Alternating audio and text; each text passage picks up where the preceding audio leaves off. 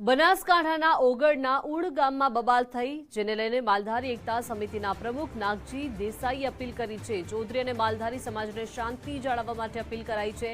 પરિસ્થિતિનું નિર્માણ બંને સમાજ માટે ખૂબ જ દુઃખદ છે. આપણા વડીલો બંને સમાજ વચ્ચે સ્નેહ મૂકીને ગયા છે. બંને સમાજને સ્નેહ જાળવી રાખવાની ફરજ ન ચૂકવવા અપીલ કરી છે. તાજેતરમાં જે ચૌધરી સમાજ અને માલધારી સમાજ વચ્ચે આપણી વડીલોએ મૂકેલો પ્રેમ અને સ્નેહ અમુક તત્વોના કારણે તૂટવા જઈ રહ્યો છે, ત્યારે બંને સમાજને વિનંતી કરું છું કે વડીલો જે આપણો પ્રેમ મૂકીને ગયા છે બંને સમાજના, એ પ્રેમ જાળવવાની જવાબદારી આપણા બધાની છે.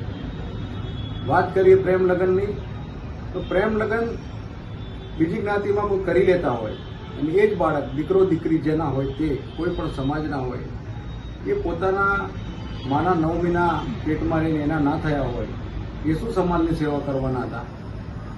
એટલે કોઈ નબર મુચ્છા છોકરા છોકરીઓ કોઈ પણ સમાજના આવું પગલું ભરે એમાં સમાજે દોરાવવું ન જોઈએ.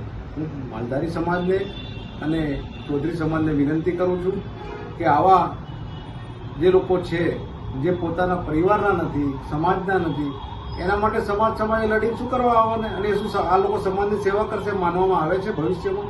જે સમાજના શું થાય? જેને માતા પિતાએ જેને જન્મ આપ્યો એની સામે પોલીસ ફરિયાદ કરતા હોય, એને જેલમાં પુરાવતા હોય, એમ કહેતા મારી માતા મને દુઃખ આપે છે, મારા પિતા મને દુઃખ આપે છે, આવા નિવેદનો પોલીસ સ્ટેશનમાં નોંધાવતા હોય, એને શું અને પાછળ તમારે આંદોલનો કરવાના? એટલે હું બંને સમાજને વિનંતી કરું છું કે શાંતિ જાળવે અને આગામી દિવસોમાં મને ચોક્કસ વિશ્વાસ છે ચૌધરી સમાજમાં પણ એક બુદ્ધિજીવી વર્ગ આખો છે, માલધારી સમાજમાં પણ છે. બંને સમાજો હતો એવો ને એવો પ્રેમ અને સ્નેહ વધારશે, એ જ આશા અભ્યર્થના સાથે જય ગોગામાં.